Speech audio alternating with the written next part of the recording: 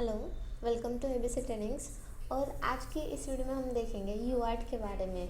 यूआर्ट communication क्या होता है और वो STM32 के हमारे सॉफ्टवेयर में कैसे परफॉर्म करेंगे हम।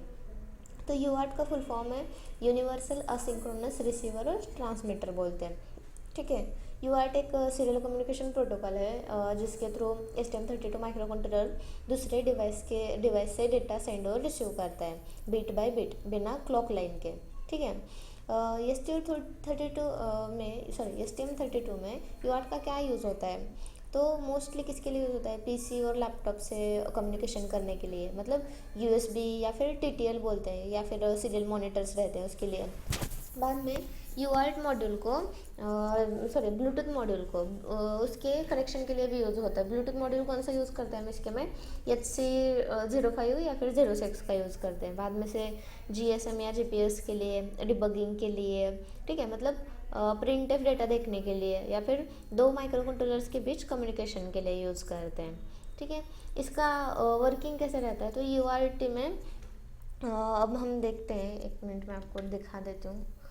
यूआर्ट में नॉर्मली TX और RX और ग्राउंड तीन पिन कॉमन रहते हैं। अब TX क्या रहते हैं, डेटा ट्रांसमिट करने के लिए, ट्रांसमीटर पिन रहती है।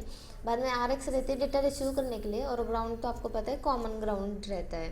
ठीक है, अब इसमें कनेक्शन कैसे रहता है पता है। आप जो भी जब मैं कनेक्शन आपको दिखाऊंगी, एक वर्चुअल टर्मिनल का एग्जांपल लेके हम दिखाएंगे। एक मिनट।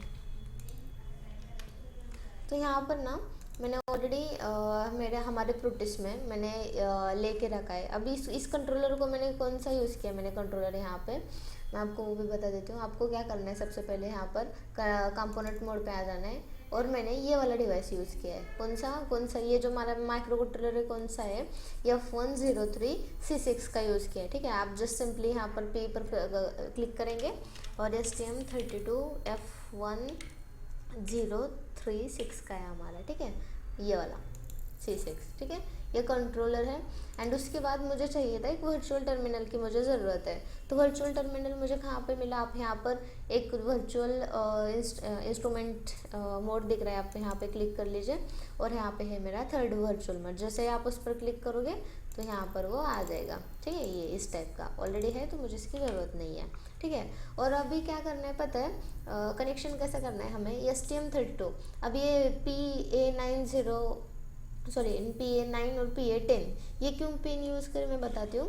अब मैं यहाँ पर मैंने क्या किया, सिंपल एक प्रोजेक्ट क्रिएट किया है मैंने।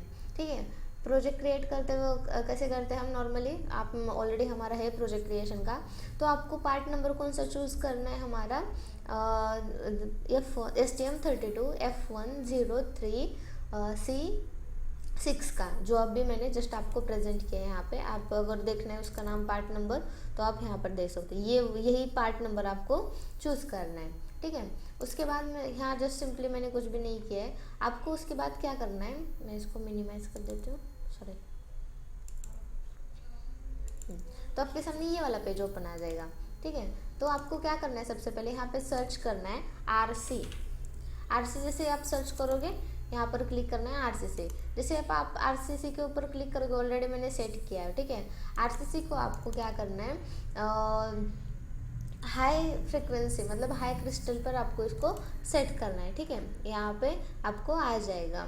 उसके बाद आपको क्या सेटिंग करनी है, आपको आना है कनेक्टिविटी के ऊपर। कनेक्टिविटी के ऊपर आने के बाद आपको USART इसको भी ऑन करना है। और यहाँ से ऑन कैसे करेंगे, यहाँ असिंक्रोनस मोड आप चूज़ करके। ठीक है, अब असिंक्रोनस मोड क्या रहता है, यूआर्ट में क्लॉक वायर नहीं होती है, दोनों डिवाइस पे सेम बोर्ड रेट होता है। जैसे 9600 या फिर 1,15,200 है इस तक का। ठीक है, तो अभी यहाँ पर असिंक्रोनस मोड, जैसे आप यूआर्ट पे क्लिक करोगे यहाँ पर डिसेबल रहेगा, वहाँ से आपको असिंक्रोनस सिलेक्ट करना है। तो ऑटोमेटिकली यहाँ पर हमारे एंड में आप देख रहे होगे, थोड़ा जूम करोगे तो हमारे PA9 एंड PA10 पर ऑलरेडी सेट हो चुका है। ठीक है, उसके बाद आपको क्या करना है, क्लॉक कॉन्फ़िगरेशन चेक करना है कि आपका जो क्लॉक फ्रिक्वेंसी वो 8 मेगाहर्ट्ज़ पर ही सेट है या नहीं। ठीक है, ये सब सेटिंग आपको यहाँ से चेक करनी है। बाय डिफ़ॉल्ट रहेंगी, अगर नहीं रहेंगे तो आपको ये सेटिंग्स आपके क्लॉक कॉन्फ़िगरेशन में सेट करना है। उसके बाद आना है आपको टूल्स पे। तो टूल्स पर भी आप सब चेक करेंगे कि जैसे रन स्टॉप मोड बाकी सब यहाँ आपको यहाँ पर दिख रहा होगा, एक डीसी सिग्नल दिख रहा होगा, ठीक है। ये सब सेटिंग्स आपको चेक करनी है। उसके बाद हम क्या करेंगे, सिंपल यहाँ से आप पर कोड जनरेशन के ऊपर क्लिक करोगे। जैसे कोड जनरेट होगा तो हमारा यहाँ पर ना ये आपको ऐसे दिख रहा होगा, ठीक है। आपको इसको एक्सपांड करना है, एक्सपांड करने के बाद आपको ये सिंपली ऐसे दिखाई देगा। तो आपको कौन सा वाला सेक्शन ये करना है, एक्सपांड करना है, तो कोर वाला। जैसे आप कोर वाले को एक्सपांड करेंगे, SRC का दिखा रहा है, SRC सोर्स है, उसके ऊपर जाना है एंड main.c पर डबल क्लिक करेंगे तो ये वाला पेज ओपन हो जाएगा main.c का, ठीक है। तो जैसे ही main.c का ओपन होता है तो हमें यहाँ पर लिखनी है कुछ कोड करना है हमें। कोड कैसे करेंगे वो, अभी यहाँ पर ऑलरेडी तो मैंने जनरेट कर दिया है कोड, ठीक है। ये कैसे जनरेट होता है, अगर आप इस सिंपल यहाँ से Ctrl+S भी दबा दो सेव करने के लिए, तो वो पूछेगा कोड जनरेट करना है क्या।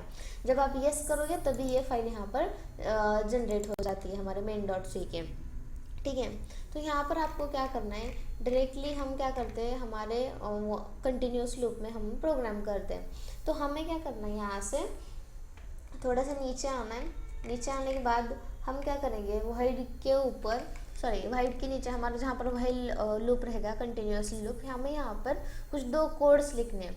अब ये कोड क्या रहता है, फॉर्मेट कहाँ पर रहता है, तो जैसे आप ना हम आपका ड्राइवर्स का सेक्शन थोड़ा सा एक्सपांड करोगे, वहाँ पर हाल ड्राइवर है, ठीक है, इसको भी एक्सपांड करोगे, ये तो यहाँ पर SRC का यहाँ पर आपको ऑप्शन लगेगा, इसको भी एक्सपांड करना है एंड जस्ट आपको क्लिक करना है हमारे UART वाले सेक्शन पे, ठीक है, जो कि ये वाला है। जैसे आप इस पर डबल क्लिक करोगे तो यहाँ पर ये कोड ओपन हो जाएगा, ठीक है। तो ये कोड जब ओपन हो जाएगा तो आपको यहाँ से ये लाइन चाहिए, कौन सी, HAL UART ट्रांसमिट। अगर आपको ये नहीं मिल रही तो आप सिंपल Ctrl+F प्रेस कर सकते हैं। यहाँ पे आपको हाल UART ट्रांसमिट आपको सर्च करना है एंड फाइंड करना है, उसके बाद आपको ये मिल जाएगा। सेम यही कमांड चाहिए। फिर इस कमांड को हम कॉपी करेंगे, हमारे मेन सोर्स पर आएंगे और while 1 के ऊपर हम क्या करते हैं, सिंपली इसको पेस्ट कर देंगे। और पेस्ट करने के बाद जब सबसे पहले क्या आएगा, यहाँ पर हमारा टाइप, कौन से टाइप का है, UART 1 क्यों लिखा है, क्योंकि ऑलरेडी जब हम कोड जनरेट करते हैं तो यहाँ पे वो डिफाइंड रहता है, ठीक है। हाँ, यहाँ पर UART हैंडल टाइप कौन सा, UART 1, और ये एंड फंक्शन क्या है, यहाँ पे जो लिखा है वो हैंडलर रहता है, ठीक है। टेस्ट, अब ये टेस्ट मैंने जहाँ मतलब एक फंक्शन क्रिएट कर रही हूँ या फिर वहाँ पे मुझे कुछ तो लिखना है उसके अंदर, तो मैंने टेस्ट को यहाँ पे कॉल कर दिया। अब टेस्ट कहाँ रहेगा, यहाँ आपका, ठीक है। टेस्ट नाम का एक फंक्शन मैंने वेरिएबल क्रिएट कर लिया है और उसके अंदर मैंने हेलो स्टूडेंट्स लिख दिया है, ठीक है। यूनिट ये आपको डिफाइन करना पड़ता है, फंक्शन डिफाइंड, और उसके अंदर जो भी कुछ स्ट्रिंग डालनी है यहाँ पर लिख दी। उसके बाद ये NL के न्यू लाइन के लिए रहता है, new row and new line, ठीक है। तो इसको भी मैंने डिफाइन कर लिया एंड सेम आपको यहाँ पर भी सेटिंग्स करने हैं। हम जस्ट ट्रांसमिट कर रहे हैं, ठीक है, हाल से। तो मैंने अब पहले फर्स्ट टाइम तो मैंने टेस्ट को कॉल किया। टेस्ट में क्या है, मेरी टेस्ट में यहाँ पर मेरा एक स्ट्रिंग है एंड बाद में मुझे क्या करना है, नेक्स्ट लाइन पर भी मेरा कर्सर चले जाए, इसलिए मैंने NL को भी मैंने यहाँ पे यूज़ किया। और ये 25 क्या रहता है, टाइमर रहता है, मतलब मैंने कितने का टाइम आउट रखा है, 25 का, ठीक है। एंड उसके बाद आपको क्या करना है, जस्ट कोड को यहाँ से आपको बिल्ड करना है।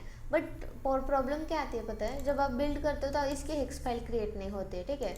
आपको जब इसकी हेक्स फाइल क्रिएट करनी होगी ना, तो सबसे पहले आपको क्या करना पड़ेगा, आपको जाना पड़ेगा प्रोजेक्ट में, फिर जाना पड़ेगा ठीक है, फिर जाना पड़ेगा प्रॉपर्टीज़ में, अगर नहीं हो रहा है, हाँ, इस पर अगर यहाँ से नहीं ओपन हो रहा है प्रोजेक्ट पर, तो जो आपका प्रोजेक्ट नेम है उस पर राइट क्लिक करो, यहाँ से फिर प्रॉपर्टीज़ में जाना है, उसके बाद C++ बिल्ड पर जाएंगे, देन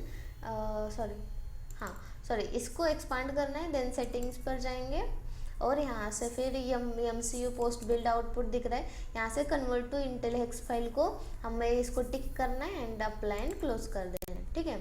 जैसे आप अप्लाई एंड क्लोज कर दोगे और उसके बाद हम क्या करेंगे, जस्ट रिलीज को यहाँ पर जो डिबग या रिलीज, इससे रिलीज को ये कर देंगे और हैमर को हम बिल्ड कर देंगे। तो उसके बाद यहाँ पर देखो हेक्स फाइल क्रिएट हो चुकी है।